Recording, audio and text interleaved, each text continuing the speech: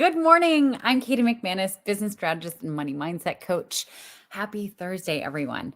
So today is December 15th, and I want to first and foremost celebrate that my goal this month has been to go live every single day. But yesterday, you noticed, if you were paying attention, that I didn't go live. Now, this is the power of working for yourself. This is the power of having goals set for yourself that matter, that you want to hold to, but also tending to your body. Yesterday, I had this headache all day. I couldn't shake it. And when I was debating whether or not I wanted to go live, I realized one of the things that it would be a bad model of is the freedom and flexibility to do self-care the right way in having your own business. Because, I mean, honestly, so many of us, if we worked for someone else, if we were being held accountable by our boss, or we were feeling like it wouldn't, like we have to prove our worth, we would sacrifice ourselves. We would absolutely do the thing when we're not feeling great.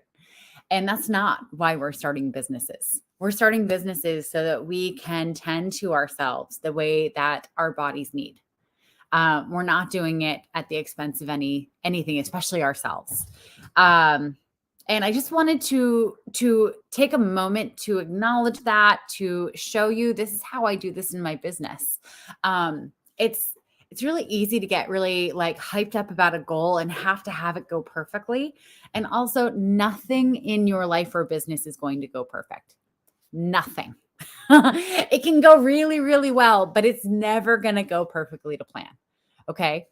And part of you being in business and part of you doing well in that business is being okay with that. And it's really hard to know that you're allowed to do that if other business owners aren't doing it and modeling it for you. So here's me showing you, I'm modeling it. Take care of your body. That is the number one thing that you should be taking care of. It's your top priority. If your body's not doing well, then you're not going to be able to stay in this business. Now, I am going live to the Facebooks, to LinkedIn, to YouTube, and to Twitter. If you have any questions about what I'm about to talk on, different ideas to get your business started, then please pop them in the chat. I love this to be interactive, and also know that sometimes the technology fails us and I don't see all comments from all places. So if you comment and I don't call you out, it's not you, it's just the technology. I'm sorry, my phone is buzzing under my butt and I'm just making sure.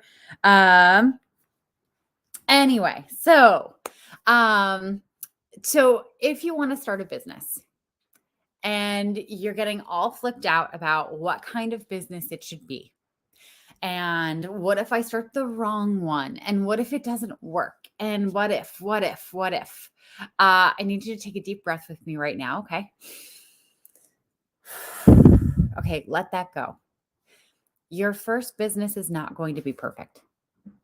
Just like nothing you plan and start doing and none of your strategies are going to go perfectly, your first business is not going to be perfect. It is going to be the first iteration in a long line of dozens of different iterations. Okay?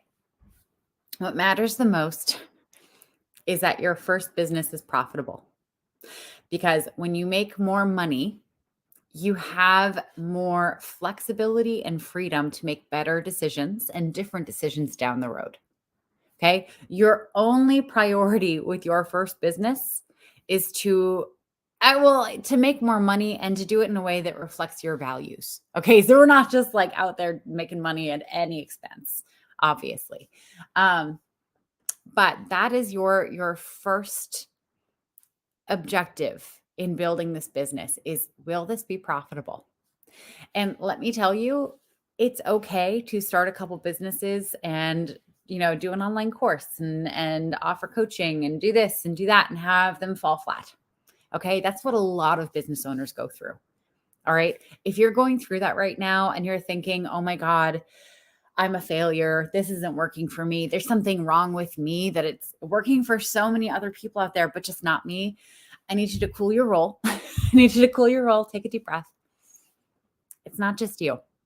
Okay. It's so many new business owners go through that fail cycle where they have to fail and they have to start back up, and they have to fail and they have to start back up, and they have to fail and they have to start back up. The only thing is that a lot of us don't talk about it. Okay. It's one of the reasons that I share my journey in discovering my niche so often, is because I want you to see that my first niche didn't work out. And my second niche like was fine, but it wasn't really the right fit for me. It wasn't until I got like two other niches down that I realized, oh my God, this is my life's calling. This is what I want to do. And even now, I'm playing in my business. I'm offering one-on-one coaching. I have a group program. I have digital courses. Like, they're going to evolve and they're going to change, and one's going to be more effective than the other. So like I may put out a digital course that completely flops. Okay. You just don't know until you try it, until you put it out there. All right. And if you haven't heard this story before, yes, I'm a business strategist and money mindset coach now. I didn't start off that way. When I started my coaching business, I was convinced I was going to be the premier dating coach for men in the San Francisco Bay Area.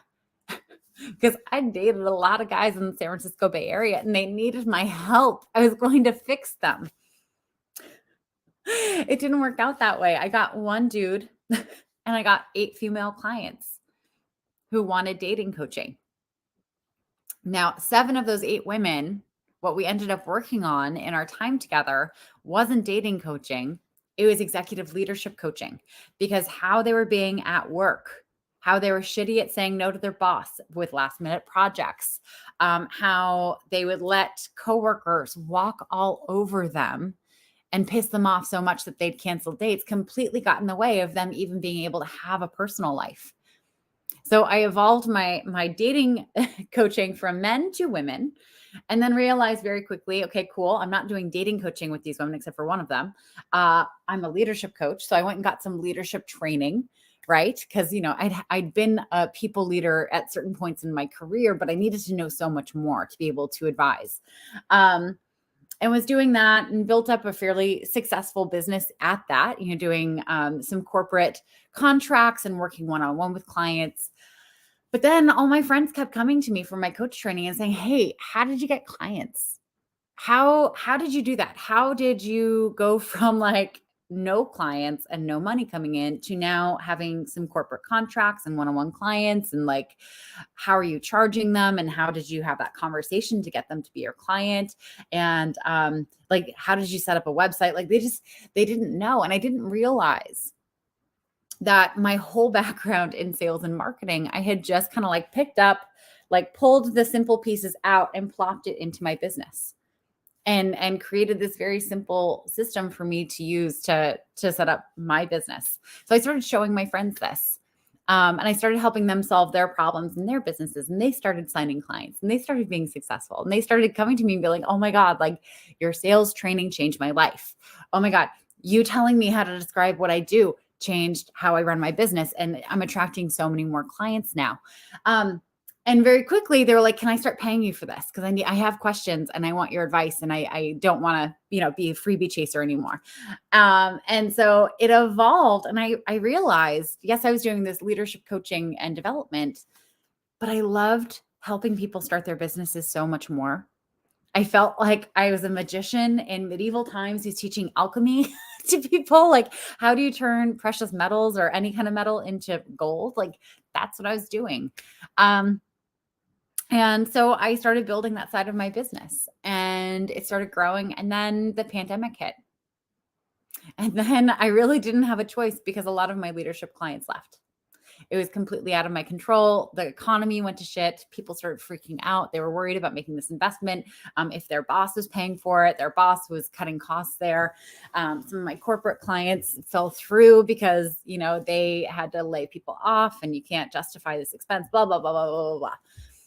Okay. So I'm sharing this because I want you to see that there is no guaranteed successful path for any one business.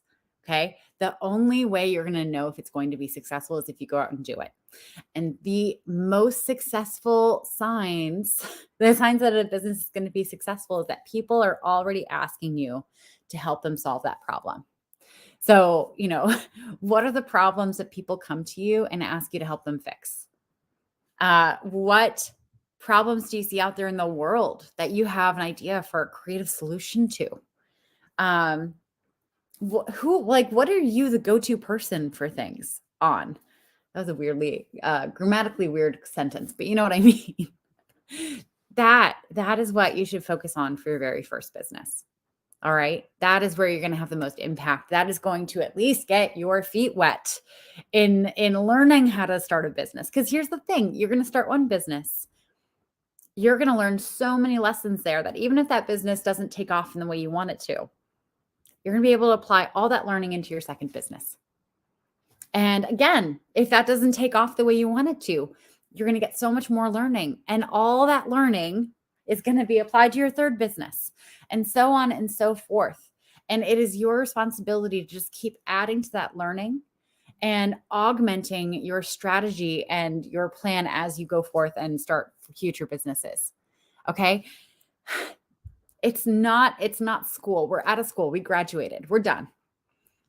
It's no longer you study to a certain point and then you go take a test and you pass the test and there you go. Nope. It's not how life works.